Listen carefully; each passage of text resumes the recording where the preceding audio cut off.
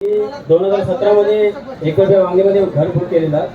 Cells department मला सांगितलं 2019 तुम्हाला ताबा येईल. त्यानंतर ॲग्रीमेंट झालं. ॲग्रीमेंटमध्ये 2022 ची डेट मेन्शन होती. आज 2025 झाले तरी मला अजून टाईम मिळाला नाही. आणि जेव्हा मी बिल्डरच्या ऑफिसला जायचो तर टाळाटाळ करायचं. ते सांगायचं की कोविडमुळे आम्हाला 18 महिन्याचं एक्सटेन्शन मिळालेलं आहे. त्यानंतर जे काय होईल 18 महिन्यानंतर पण तुम्ही समजा लेट झाला तर तुम्हाला ते त्याचं रेंट मिळेल.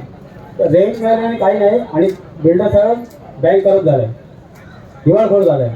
आणि ती केस जर गेले NCLTमध्ये.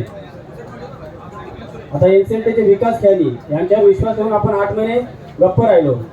ते पण 2-2 महिने 3-3 महिने एक्सटेन्शन वाढून प्लॅन आहे का असं करून त्यांनी जवळजवळ 8 महिने घालवले. या ऑक्टोबरला जवळजवळ 1 वर्ष पूर्ण होईल.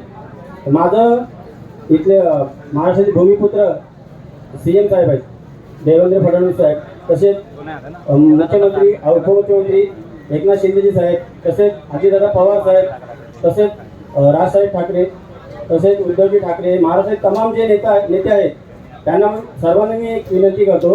आम्ही जवळजवळ 4-4.5 बाहेर यात दलदलीत फसलेलो आहे.